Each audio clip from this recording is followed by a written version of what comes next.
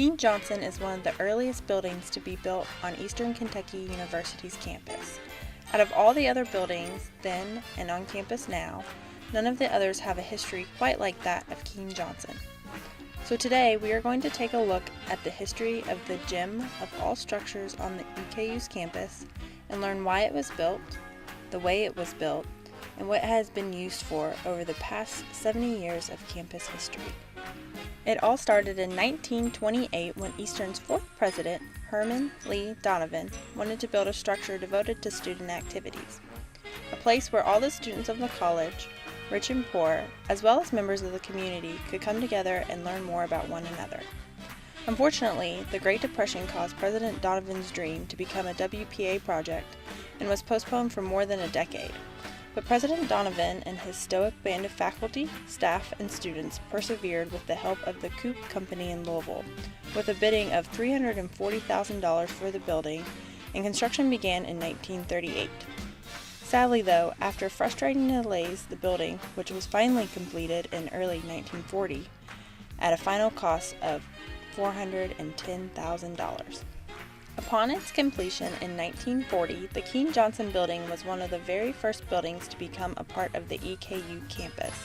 President Donovan employed the Weber brother architects from Fort Wright to help design a grand edifice that would become a great center of cultural and social activities, and they succeeded. Upon completion, the building's interior, as well as the exterior, was one of the most popular places to hold any kind of event.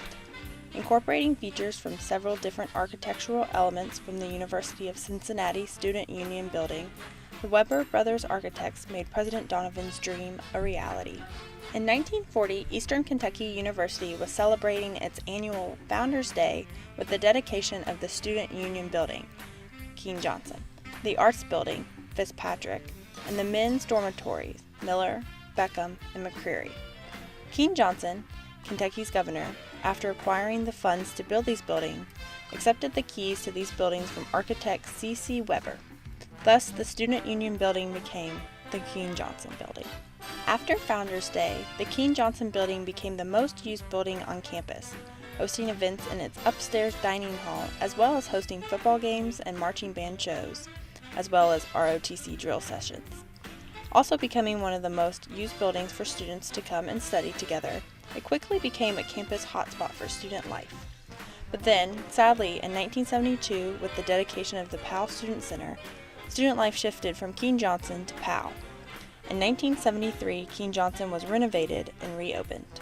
Many events are still held in this magnificent structure. Returning alumni always know they have arrived home when they walk in the front doors. Currently, the Teaching and Learning Center occupies part of the building. The newly refurbished Faculty Club will certainly contribute to reestablishing and improving faculty communication. This building also holds many other events, such as its own Art Deco, and guess what? It even has its very own ghost. The Blue Lady is one of Kentucky's most famous poltergeists and is said to roam the hallways of Keene Johnson.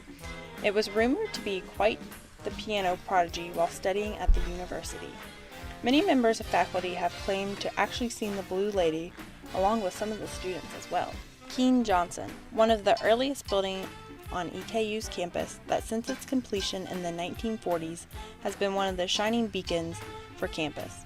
It has gone through several EKU presidents since then and withstood the test of time and has proven itself to be a destination for both students and members of faculty to come together and enjoy one another's company, and will continue to do so for the foreseeable future.